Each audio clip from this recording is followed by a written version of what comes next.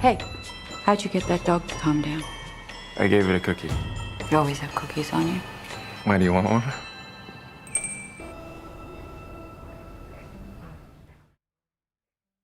Babygirl. So this is one that's in cinema, a bit of erotic cinema for a change for me and Alex to review, starring Nicole Kidman and Harris Dickinson, who plays an intern at Nicole Kidman's kind of big AI robot company that she's CEO of. And the two meet in kind of strange circumstances. He's getting a job at her place of work, and straight away you can see the tension on screen and the vibe come through, and that she wants to kind of explore sexual fantasies and tendencies with himself, and he kind of almost exploits that because he can see that she wants that in the first 20 minutes of the film. But Alex, what did you make of this film starring Nicole Kidman? Yeah, I mean, first of all, this is a front runner for Nicole Kidman. I think it's one of her best roles in the career. Is really good. But the film in itself is like you said, an erotic thriller, I would call it. I mean, when was the last time I saw it? Last time I remember this one is Basic Instinct or Fatal Attraction, and this is on a higher level than those films too. It's really good because the film is all about, I mean, it plays over has a sexual nature to it because, you know, Romy, which is Nicole Kidman's character, has a perfect world. She's CEO at the top of her game, in control of all aspects of her life. And then the only thing that she's not satisfied in her life is her sexual life. And she has to, play with her husband and control him and make sure that everything appears to be okay. And then this intern comes, which is from a totally different world than hers.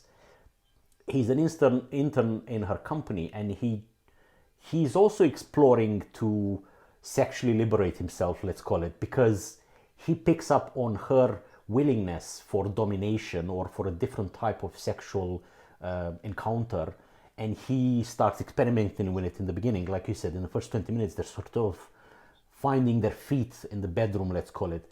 But the problem, that the thing that the control part of this film that is really good, and it creates the tension, is the fact that just by having this relationship, which is secret, everything can go wrong. Their worlds can collapse altogether, both of them, if it's being found out, and they're still eager for it. So there's an element of addiction that I think is very interesting.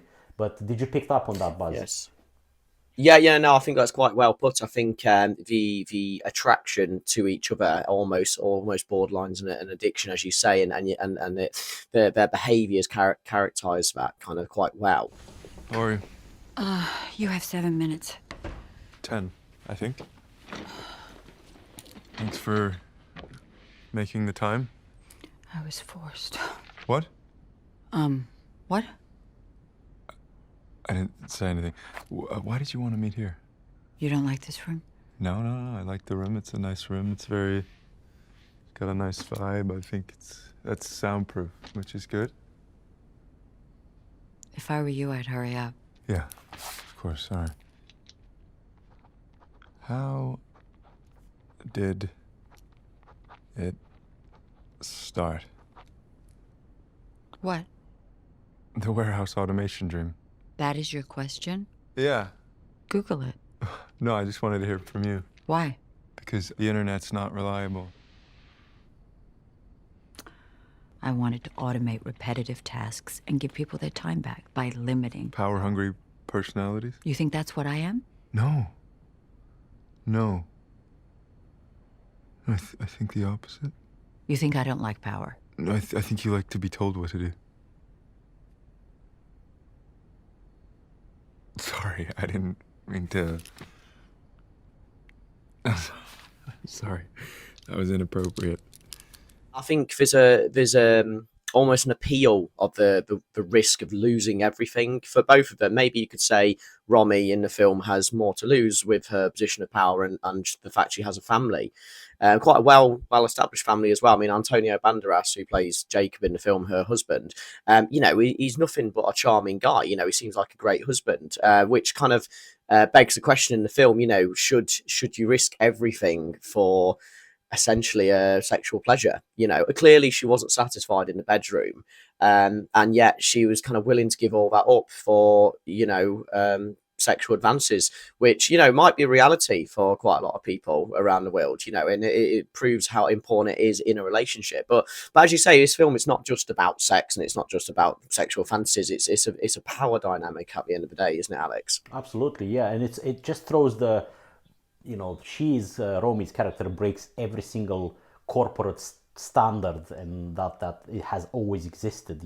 She's essentially having sex with somebody in her company that is on a lower pay grade, let's call it. And this is, it just blows all the ordinary, let's call it classifications, because she is a very well positioned. It's very clear that she's in a higher class and he's in a lower class. Let's call them classes, because they're not that, but they're different worlds. And the world society has told you those two cannot coexist. You can't have between the two.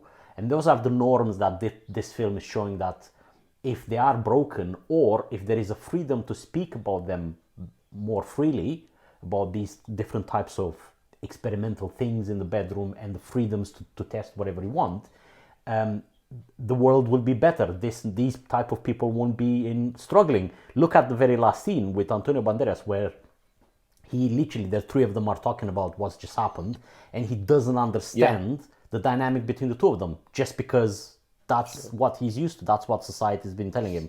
He's like, he always goes to him and to her and say, I can be dominating and crap like that. And he literally doesn't understand that actually, is the other way around. And he doesn't understand this dynamic between them. And I thought that was a very sad scene at the end, and a very fitting ending. Did you like that?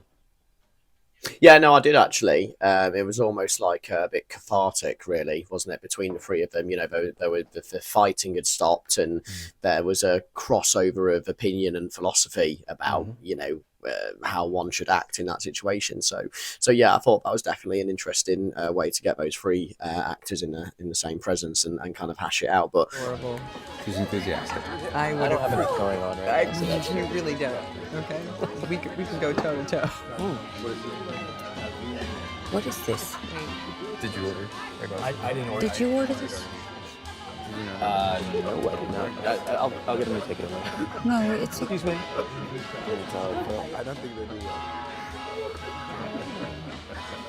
Wonderful. Are you gonna drink that? Don't drink that. Shall we all do one? I ordered a thing.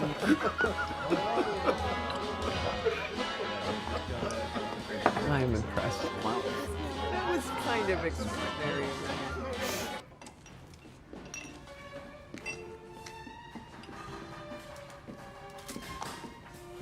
Thank you. Good girl.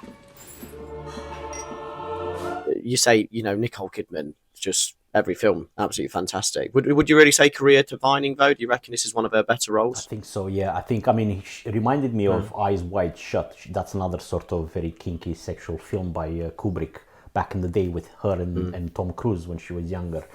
But in this film, and I think the director's hand is also giving her a lot of freedom to play this role very well. I think it stuck with me. I can't remember. I mean, she's done many other things, but this is one that actually gets her to do some work as a character. Actually says, okay, it's a very complex character. There's very tensional situations here. But from the director's point of view, and I'll ask you this, there's not a lot of action in this film. Let's call it action besides the bedroom action, but it's not a lot of action that is, physical action. Is it a lot of tension though? And there is a scene when Harris Dickinson's character rocks up at her house, and she comes down for breakfast. And this is probably midway through the film, and you've been seeing the tension between the how hot the atmosphere is in the bedroom between the two of them when they're together. And you know how dangerous it is if this is being found out. And then all of a sudden he rocks up in her real world and sits at the family table. That just simple contradiction just throw the tension through the roof for me. I was like, what is going on? Did you feel those moments? This is very good directing. Yes, I know. I agree. Because it's like the worst possible imaginable situation, isn't it, for Romy? Is that because she comes in the door, doesn't she, with her own front door, and she hears his voice straight away.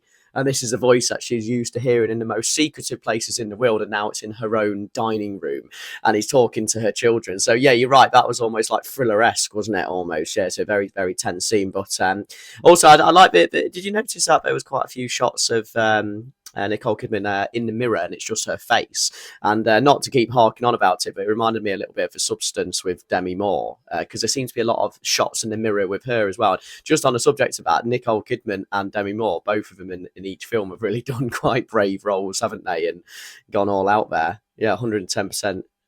But very good film. One of my favorite.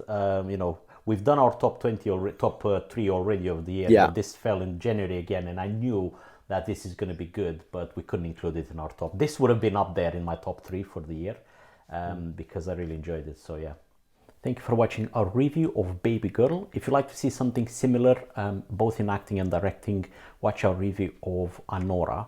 Thank you for subscribing, and we'll see you next week.